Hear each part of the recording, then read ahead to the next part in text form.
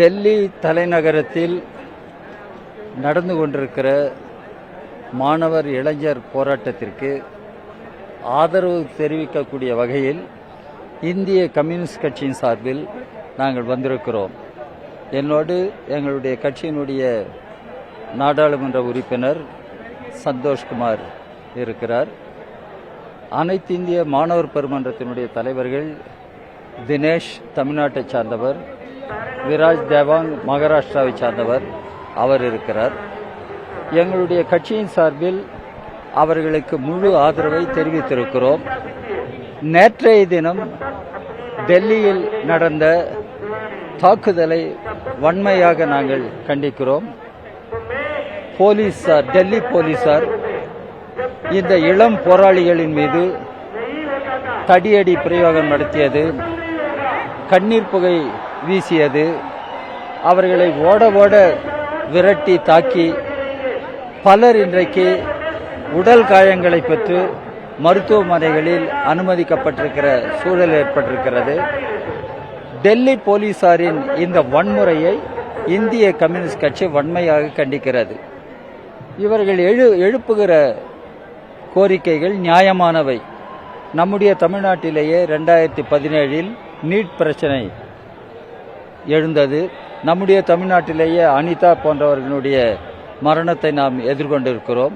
இன்றைக்கு இந்தியா முழுவதிலும் இந்த நீட் பிரச்சனை காரணமாக பல தொல்லைகள், துயரங்கள் ஏற்பட்டு வருகின்றன. நீட் என்று வருகிற பொழுது கேள்வித்தாள்கள் வெளிவந்தது. சட்ட ரீதியாக இல்லாமல் சட்டவிரோதமாக கொஸ்டின் பேப்பர் லீக் ஏற்பட்டது நாடறிந்த ஒன்றாக இருக்கிறது.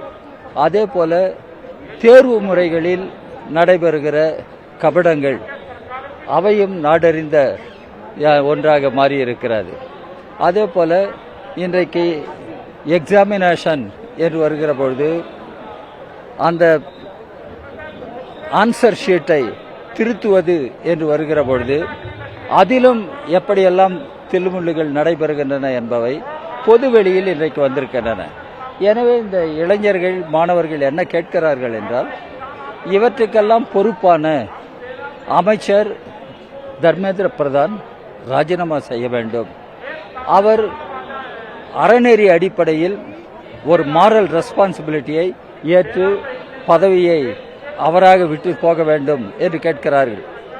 அப்படி இல்லை என்றால் பிரதமர் நரேந்திர மோடி அரசியல் நெறிப்படி, அரசியல் சட்ட நெறிப்படி பொறுப்பினை எடுத்து அவரை நீக்க வேண்டும். ஒன்றிய அரசு நடந்த குளறுபடிகள் இவற்றுக்கெல்லாம் பொறுப்பினை ஏற்க வேண்டும். எத்தனை மாணவர்கள் தற்கொலை என்ற பெயரால் செத்து மடிந்திருக்கிறார்கள், எவ்வளவு பேர் எதிர்காலம் இருண்ட எதிர்காலமாக இருக்கிறது என்று கலங்கி நிற்கிறார்கள். இவற்றையெல்லாம் ஒன்றிய அரசு புரிந்து கொள்ள வேண்டும். இந்திய ஜனநாயகத்தில் நாடாளுமன்றம் ஒரு உயர்ந்த அமைப்பு.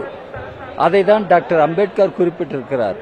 ஆனால் அந்த நாடாளுமன்றத்தில் கூட இந்த பிரச்சனைகளை விவாதிப்பதற்கு ஒன்றிய அரசு தயாராக இல்லை. நாடாளுமன்றத்தில் பிரச்சனைகள் விவாதிக்கப்பட வேண்டும், நியாயம் கிடைக்க வேண்டும், பொறுப்பானவர்கள் இன்றைக்கு மக்கள் முன்னால் நிறுத்தப்பட வேண்டும், அவர்கள் மீது நடவடிக்கை எடுக்க வேண்டும் என்றுதான் கேட்கிறோம். அதை இன்றைக்கு மோடி அரசு, ஒன்றிய அரசு ஏற்கவில்லையானால் இதை வன்மையாக நாங்கள் கண்டனம் செய்கிறோம்.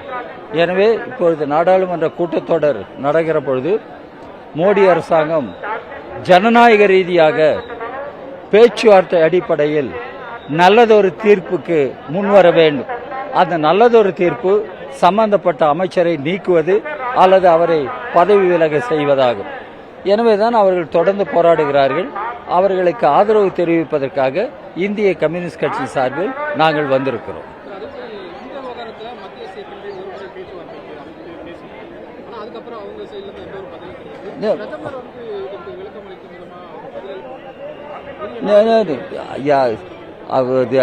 பல்வேறு தகவல்கள் வெளிவருகின்றன. நட்டா அவர்களுடைய வீட்டுக்கு பேசுவதற்கு அழைத்திருக்கிறார் என்று காவல்துறையினர் சொல்லியிருக்கிறார்கள். எதற்கு அவருடைய வீட்டிற்கு போவது? நாடாளுமன்றத்தில் எங்களுடைய தோழரை போல நாடாளுமன்ற உறுப்பினர்கள் இருக்கிறார்கள்.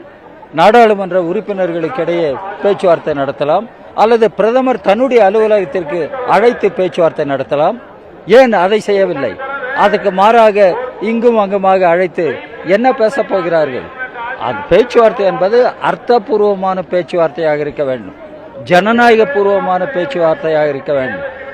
இந்த இளைஞர்கள் எழுப்புகிற கோரிக்கையின் நியாயத்தை இன்றைக்கு ஏற்கக்கூடிய பேச்சுவார்த்தையாக இருக்க வேண்டும். நிராகரிக்கிற பேச்சுவார்த்தை, அடக்குமுறையை இன்றைக்கு ஏவி விடுகிற பேச்சுவார்த்தை ஏற்புடையது அல்ல.